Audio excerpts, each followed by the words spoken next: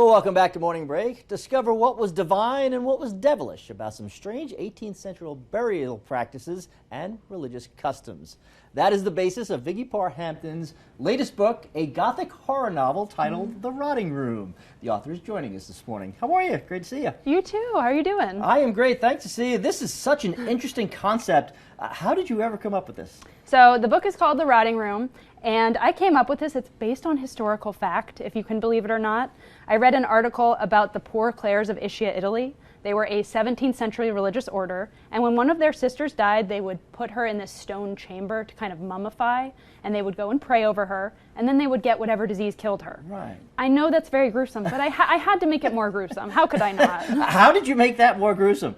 So this follows a young nun who joins a new abbey, trying to escape her kind of traumatic past. Okay. She discovers that those nuns have some disturbing burial practices. Yeah. I think you can guess what those might be. Wow. And she is to race to uncover if the abbey is full of miracles or evil. Wow. How did you get into writing horror? I've always been interested in writing horror ever since I was 4 years old, staying up late to watch The Crypt Keeper. It's just something I'm drawn to. I like to feel that cathartic release and the adrenaline rush. I don't like roller coasters, but horror gives me the same feeling. So you always read a lot of horror as well? So, I've read a lot of horror. I read about 100 books a year, and most of goodness. them are horror. Read about 100 books a year. You also are pretty prolific at producing. We mentioned that this is Viggy's third book. It's your third book in a year. It is, yes. And I mean, I'm part of the 5 a.m. club. I wake up really early before my kids get up, and I'm writing. I'm writing horror, and I think a lot of people, when they wake up, they're thinking, I just had a nightmare. I want to get out of that. I'm thinking, I just had a nightmare. Let's go write it down. Where did the spark come to produce that many books in that short a period of time? Honestly, I've just always felt the drive to tell stories, and whenever I hear something that's super interesting, like the concept for The Rotting Room, I start to think, my gears start turning, what could be the real story behind that, and how can I make it more horrifying? Of course, and you're not stopping at 3. You've got a couple more in production already. I do. My next book, I'm about a third of the way through it, and it's about a patient who's had a lobotomy. Which, again, another example of me taking, terrifying history and making it more gruesome. Okay. Is it always loosely based in fact or all completely based in fact?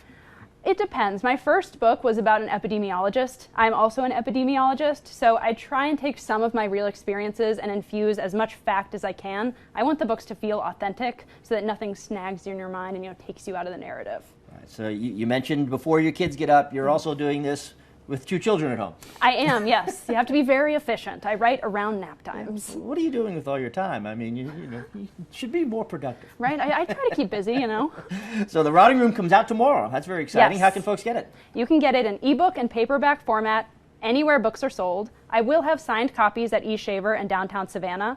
For the first time ever, there will be a hardcover version exclusively on Amazon. And I think this is going to be my biggest launch yet. I have nearly 100 pre-orders. Wow. And yesterday, it cracked the top 100 in the occult suspense category on Amazon. That's fantastic. Congratulations. Thank I mean, you. It's already a success and it hasn't even come out yet. I hope so. Viggy, thanks so much. Congratulations on all your success, and we look forward to your next books coming out. Thank you so much. Appreciate it being here.